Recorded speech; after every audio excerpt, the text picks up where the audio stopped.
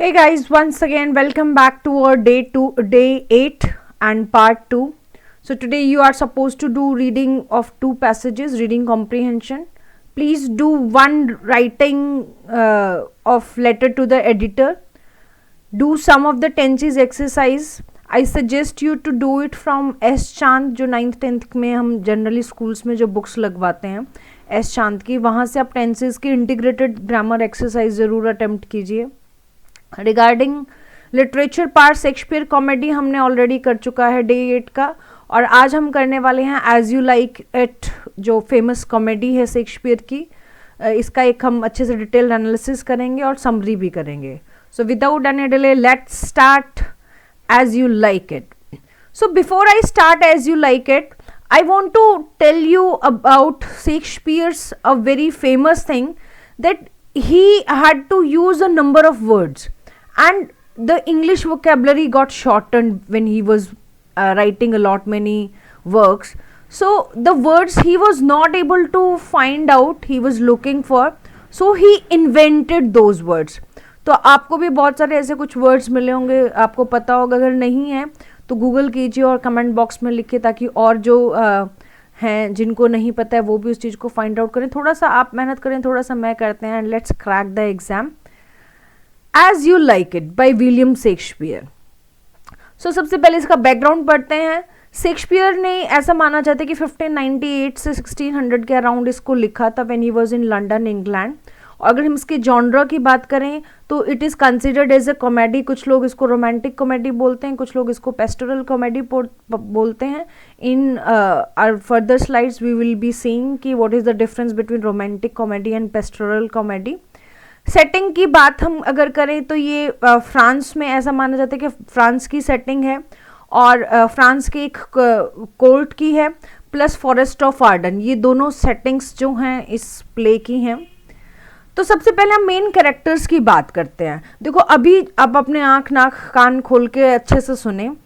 जो दो पार्टीज़ हैं, पार्टीज़ तो क्या बोलेंगे, मतलब प्लॉट्स हैं, प्लॉट्स के साथ सब प्लॉट्स हैं, और वो आपस में इंटरलिंक्ड हैं, इंटरली कनेक्टेड हैं. तो सबसे पहले डी बॉयज़ वाला ग्रुप समझे. अब डी बॉयज़ क्या है? डी बॉयज़ में आपको क्या मिलेंगे? सर रोलैंड डी बॉयज़ हैं, वो फादर हैं, और इसके 3 बेटे हैं, ऑरलैंडो, ओलिवर और जेक्स.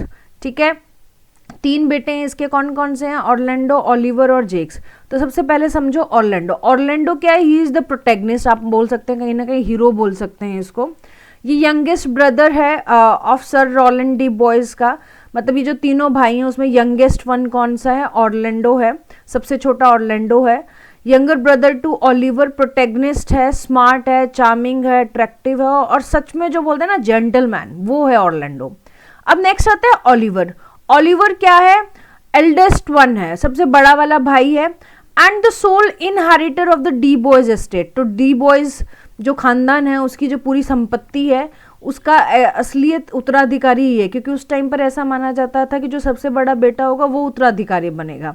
और वो अपने छोटे भाई ऑरलैंडो से नफरत करता था. और इसका कैरेक्टर भी बड़ा ही डायनामिक है, क्योंकि पहले ये बुरा है, बाद में अच्छा बन जाता है. फिर इसके अलावा आते हैं sir Rowland de Boys. Sir Rowland de Boys क्या हैं? ये इन दोनों के फादर हैं. इससे पहले जेक्स डी बॉयज़ को पढ़ते हैं. Jaques de Boys, Orlando de Boys, Oliver de Boys, ये तीनों क्या हैं?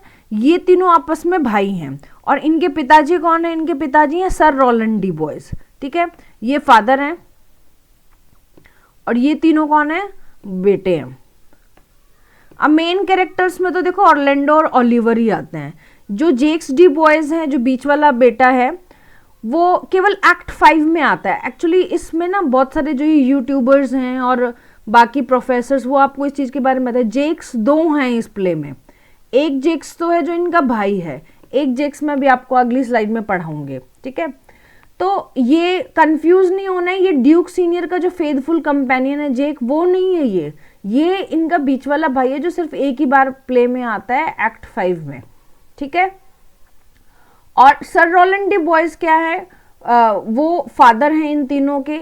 अब वो मर चुके हैं, और ये किसका फ्रेंड है? ड्यूक सीनियर का फ्रेंड है, और ये ड्यूक फ्रेडरिक का दुश्मन है. फ्रेंड किसका है? ड्यूक सीनियर का, और दुश्मन किसका है? ड्यूक फ्रेडरिक का. इसके अलावा एक और मेन कैरेक्टर है डी बॉयज की जो पूरा मतलब ग्रुप है उसमें, एडम। एडम कौन है? Old loyal devoted servant to the de Boys family. ये वो है हमारा, वो बाहुबली में कौन सा है वो, कन्ना, मैं नाम भूल गई सॉरी, वही है। ये एक तरह से सर्वेंट है उनका, loyal. Favours Orlando and follows him into the forest of Ardern.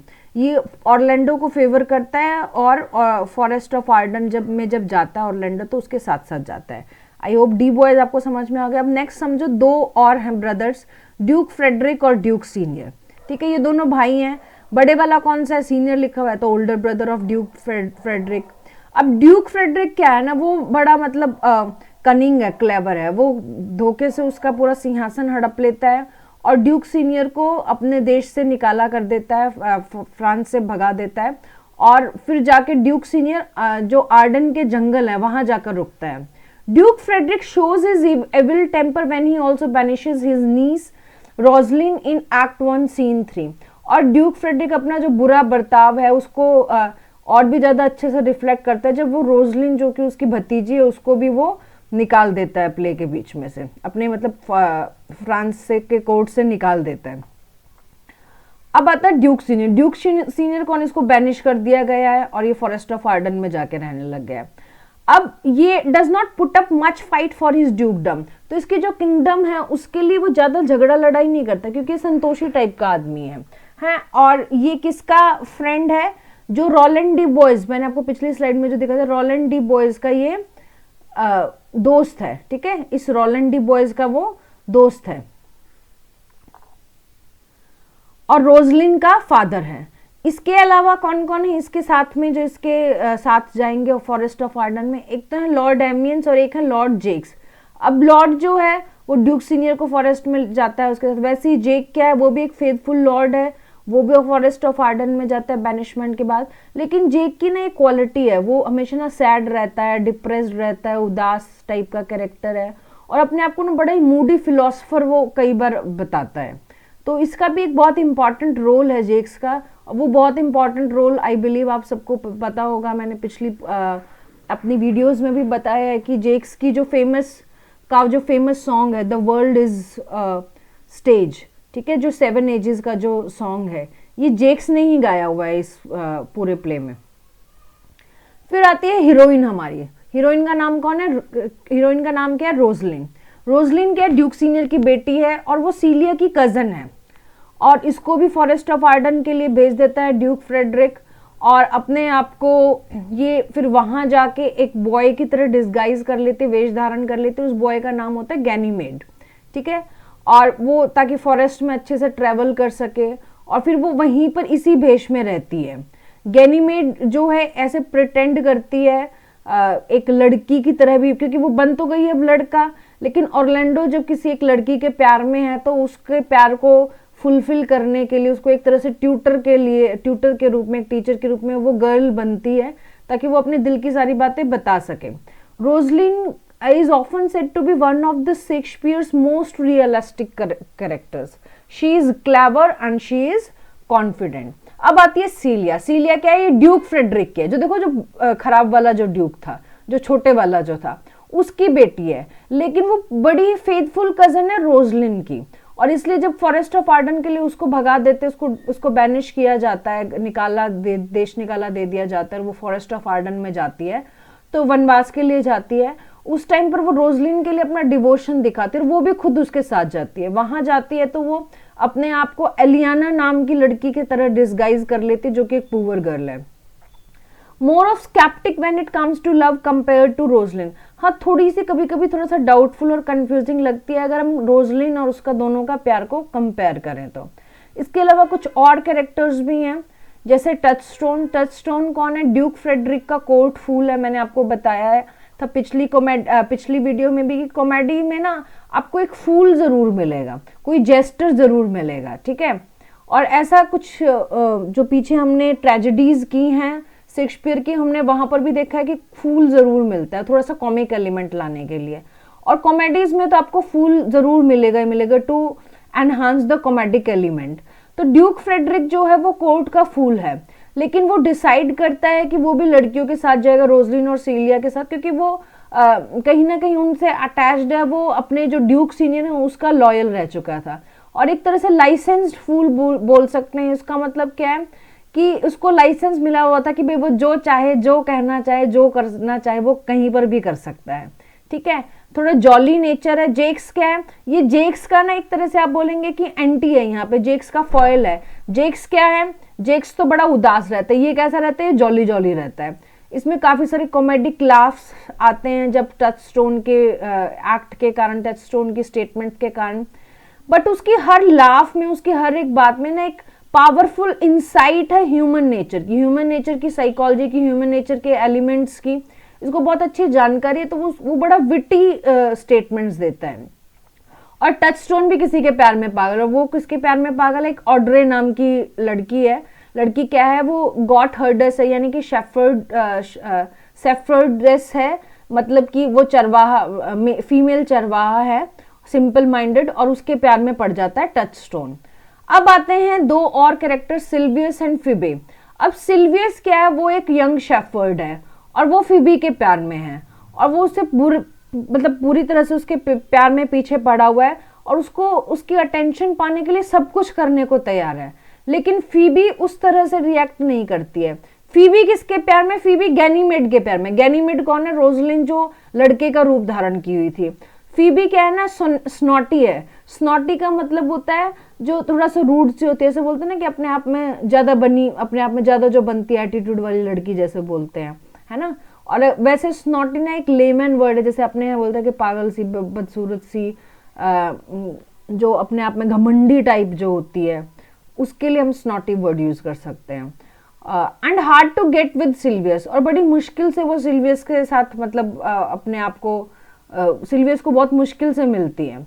इसके अलावा कुछ एक दो और माइनर कैरेक्टर हैं, जैसे कॉरिन, चार्ल्स एंड विलियम। कॉरिन कौन है, वो आर्डन में रहने वाला एक नेटिव है, वहां का रहने वाला, जंगल में रहने वाला है, और वो सिल्वियस को लव एडवाइसेस देता है, और साथ में सिल्वियस उसकी इन बातों को सुनने के लिए मना कर देती है। वो गरीब है लेकिन फिर भी वो जो भी आर्डन में जो भी लोग आते हैं उन सबकी हेल्प करता है। He is a kind of helper, a native who is ready to help everybody. और फिर नेक्स्ट आता है चार्ल्स। चार्ल्स क्या है, ये एक रेसलर है, बड़ा अच्छा खासा रेसलर माना जाता है। जैसे अगर आप वो कंपेयर करना चाहें तो हल्क या रॉक की जैसे हम बात करते हैं, और ऑरलैंडो के साथ इसका झगड़ा होता है, और लेकिन मतलब लड़ाई होती है, उसकी रेसलिंग होती है, लेकिन ऑरलैंडो उसको हरा देता है। फिर एक और छोटा कैरेक्टर है जिसका नाम है विलियम। विलियम कौन है, एक कंट्री बॉय, गांव का लड़का है, और वो ऑड्रे के प्यार में है। तो इस तरह से टचस्टोन का राइवल हो जाता है। ठीक है, समझ में आया आपको। अब एक बार जल्दी से क्विक रिकैप कर लेते हैं सारे कैरेक्टर्स का। रोजलिन कौन है, हीरोइन है, ठीक है, ड्यूक सीनियर की बेटी है रोजलिन। ड्यूक फ्रेडरिक क्या है, इसका अंकल है। और सीलिया किसकी बेटी है, ड्यूक फ्रेडरिक की बेटी है।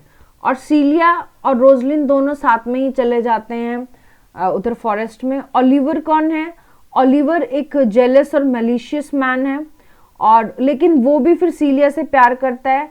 तो पेयरिंग किसकी होती है, ओलिवर सिल्विया की होती है। ऑरलैंडो और ओलिवर दोनों भाई हैं, ऑरलैंडो और रोजलिन की पेयरिंग होती है, ये दोनों कपल बनते हैं इसमें, ये दोनों भाई हैं ही। टचस्टोन कौन है, एक फूल है यहाँ पर, क्लेवर और फिलोसफिकल मैन है। ये ड्यूक फ्रेडरिक का भी कंपेनियन है, ये सीलिया का भी कंपेनियन है, मतलब ड्यूक फ्रेडरिक का तो कोर्ट फूल है ही। और ड्यूक सीनियर पहले क्योंकि राजा था तो ये इसके लिए भी एक बड़ा ही लॉयल पर्सन था। अब थोड़ा सा ये समझो कि जो सेटिंग्स जो है ना वो दो सेटिंग है।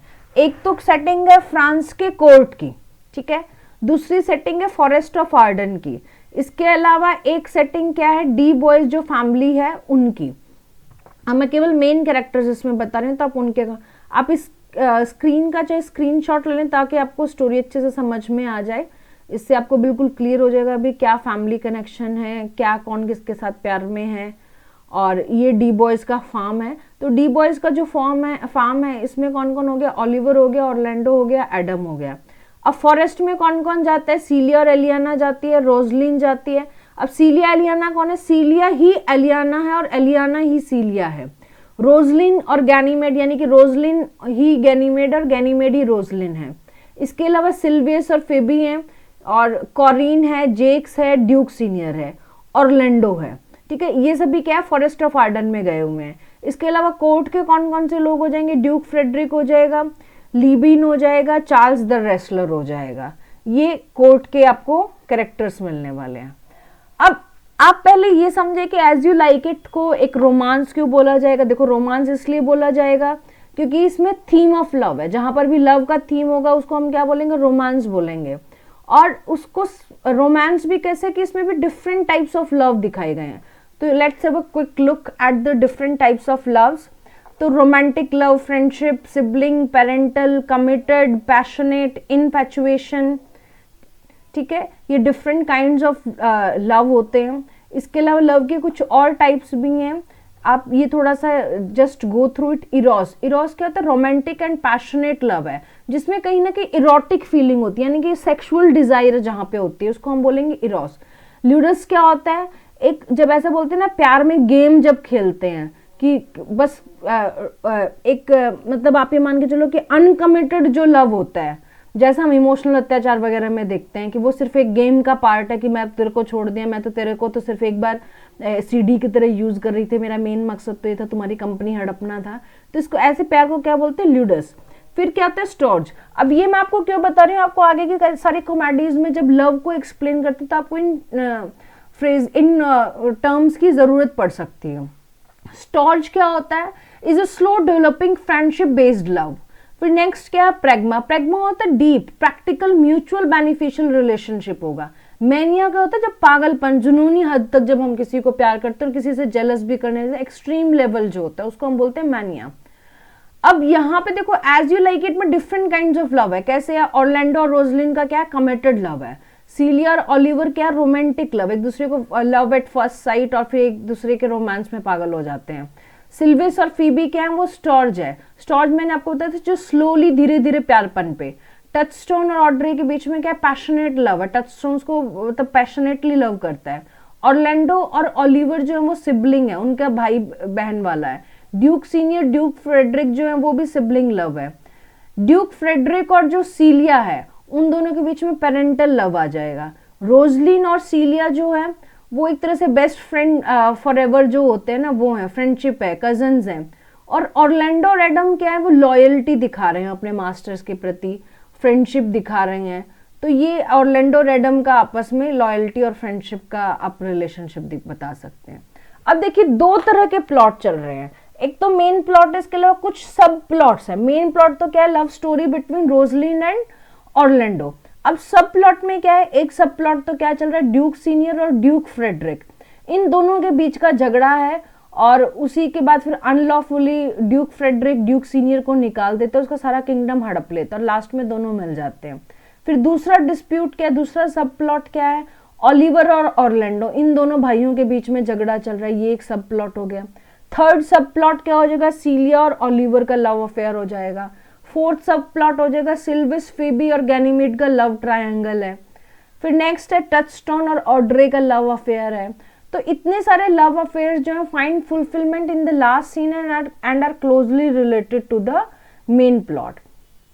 मैंने आपको डे 1 की वीडियोस में कुछ फेमस कोटेशंस करवाई थी, तो उसमें एज यू लाइक इट की भी मैंने 2 कोटेशन करवाई थी। All the world's a stage, ये बेटा मैं आप लोगों को पहले एक्सप्लेन भी कर चुकी हूँ शेक्सपियर की पोइट्री के टाइम पे।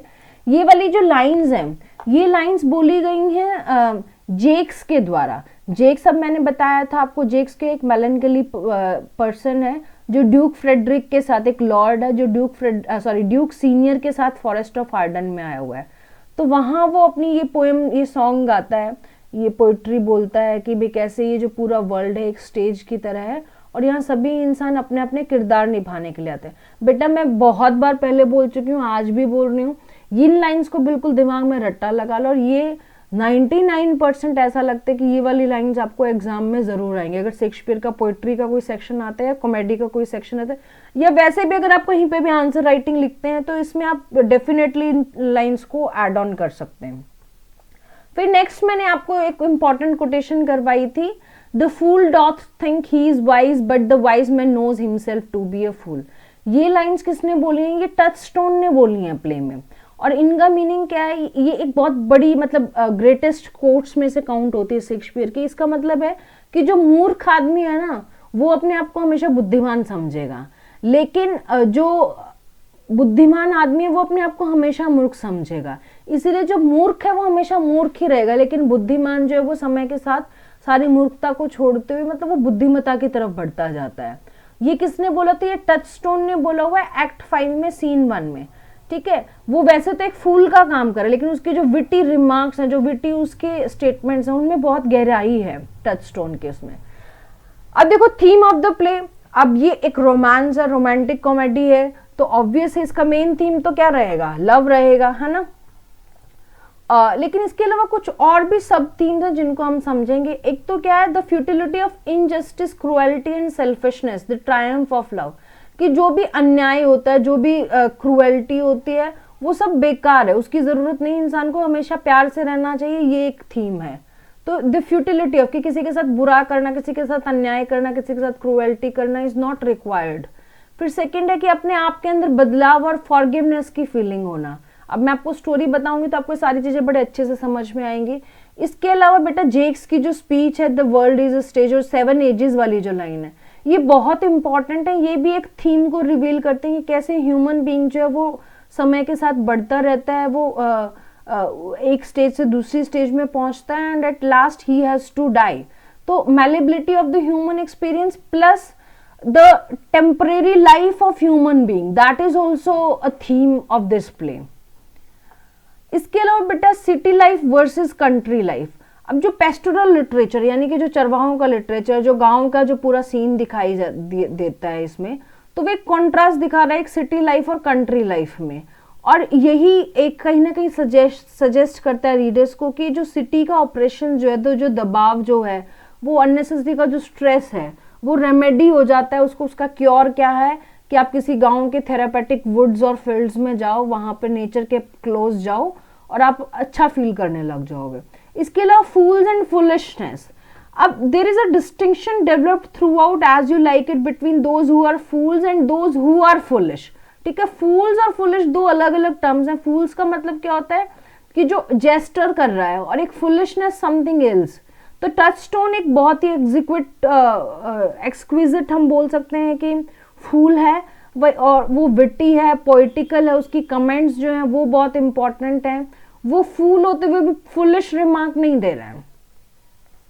फिर इसके अलावा love and rivalry between relatives, जो एक पावर को हड़पने की जो राइवलरी है वो आप देख सकते हैं कि रिलेटिव्स में और ब्लड रिलेशंस में है। इसके अलावा धोखा, डिस्गाइज एंड जेंडर, ये भी एक थीम आप बोल सकते हो। कैसे जो प्ले के मेन कैरेक्टर्स हैं वही अपने आप को डिस्गाइज कर रहे हैं। इसके अलावा सभी ने धोखा खाया है, लेकिन अंत तक पहुंचते पहुंचते वो धोखा जो है वो हट जाता है और सभी जेंडर्स रिवील हो जाते हैं। Fate and fancy. अब देखो यहाँ पर कोई सुपरनैचुरल एलिमेंट नहीं दिखाई देगा आपको इस पूरे प्ले में, लेकिन कहीं ना कहीं जो फॉरेस्ट ऑफ आर्डन जो है वो एक फैंसी चीज है। एक्चुअल में कहीं फॉरेस्ट ऑफ आर्डन नाम की कोई चीज नहीं, इमेजिनेटिव प्लेस है, लेकिन जो भी फॉरेस्ट ऑफ आर्डन में आता है वो सब अच्छा इंसान बन जाता है। So this is somewhere fanciful. और ये फेट है जो लोगों का जो फॉरेस्ट ऑफ आर्डन लेकर आता है सभी को, और वहां आने के बाद सभी सब कुछ अच्छा हो जाता है, ठीक है। तो फेट एंड फैंसी भी आप एक इसका थीम मानकर चलेंगे। अब बहुत सारे लोग बोलते हैं कि इसकी टाइटल की सिग्निफिकेंस क्या है। देखो टाइटल का मतलब एज यू लाइक इट, जैसा आप चाहो। तो जो प्ले का एपिलॉग है, एपिलॉग क्या होता है बेटा कि जब कोई भी प्ले एंड होता है या बुक एंड होती है तो उसके लास्ट में ना कुछ कमेंट्स होती हैं कि भाई पीछे क्या हुआ, इससे हमें ये सबक लेना, तो इस नाटक से हमें ये संदेश मिलता है। ऐसे करके हम जब देखते हैं ड्रामाज वगैरह कभी स्टेज पे तो ऐसा बोलते हैं। तो वो क्या होता है? एपिलॉग होता है। तो जब पूरा प्ले एंड हो जाता है तो लास्ट में रोजलिन एक एपिलॉग बोलती है स्टेज पर आकर, और वो ऑडियंस से बात करते हुए कहती है कि तुमने जो भी कुछ देखा ना, I charge you to like as much of this play as please you, कि जितना तुम चाहो, जैसा तुम्हें चाहो, जैसा तुम्हें अच्छा लगे उस हिसाब से इस प्ले को एंजॉय करो, उतना ही इसको चाहो। तो अलग दूसरे शब्दों में बोलें तो हम इसको ले सकते हैं या छोड़ सकते हैं, या प्यार कर सकते हैं, नफरत कर सकते हैं इस प्ले को, क्योंकि शेक्सपियर ने इस चीज पे एम्फेसाइज किया। तो जो तुम्हारा मन करे ना, इसको अच्छा लगे तो इसको प्यार करो, ये बुरा लगे तो इससे हेट करो, जैसा तुम्हें लगे, जैसा जो लगे वैसा है ना। तो ये एक यूनिक, सबसे ब्यूटीफुल अगर हम बोलते हैं एज यू लाइक इट मैंने आपको सबसे पहले इसीलिए करवाया क्योंकि ये this is the most important, the most significant, इसका नेम जो है, टाइटल, वो अपने आप में बहुत एक इम्पॉर्टेंस दिखाता है कि ये पूरा शेक्सपियर ने सारे रूल्स रेगुलेशंस तोड़ के आपके लिए कॉमेडी बनाई है। और इस रोमांटिक कॉमेडी में एक अमलगमेशन है सैड और हैप्पीनेस दोनों चीजों का, ठीक है। तो नेक्स्ट आता है रोमांटिक कॉमेडी। रोमांटिक कॉमेडी क्या होता है, वो मैं आपको पिछली स्लाइड्स में बता चुकी हूँ, पिछली वीडियो में बता चुकी हूँ।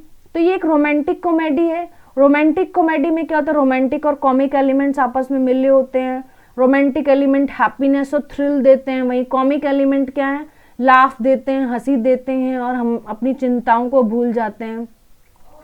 इसके अलावा इमोशंस हैं, इमेजिनेशंस हैं, फैंसी हैं, ये कॉमन एलिमेंट्स हैं रोमांटिक कॉमेडी के। और हमें मतलब बहुत ज़्यादा टाइम हम हंसते रहते हैं, कुछ सैड इवेंट्स भी आते हैं, लेकिन लाफ्टर जो है वो अराइज होता रहता है, कभी रोजलिन के थ्रू, कभी सीलिया के थ्रू, कभी टचस्टोन के थ्रू, कभी जेक्स के थ्रू। कुछ क्राइटेरिया रोमांटिक कॉमेडी का ये भी होता है कि फर्स्ट साइट लव होना, influence of nature, super natural elements. अब मैंने आपको पीछे बता दिया सुपर नेचुरल एलिमेंट नहीं, लेकिन रोल ऑफ फॉरेस्ट कुछ ना कुछ सुपर नेचुरल दिखा रहा है। रोमांटिक सेटिंग होना, पहाड़, पेड़ पौधे, नेचर होना, हैप्पी एंडिंग, ये सब रोमांटिक कॉमेडी के पार्ट्स हैं। तो in as you like it we see the first sight love between Rosalind and Orlando. Central theme of this play is love and marriage, youthful love of Rosalind and Orlando. Romantic play, nature plays a vital role, so nature dominates the human life. We see the forest of Arden, gradually all the characters come to the forest. और romantic comedy love से start होती है, there is a obstacle in the middle or and a happy ending. तो according to Shakespeare the course of true lover never did run smooth, कि प्यार का रास्ता, जो दो प्यार करने वाले उनका रास्ता हमेशा सही हो, स्मूथ हो, ये नहीं हो सकता।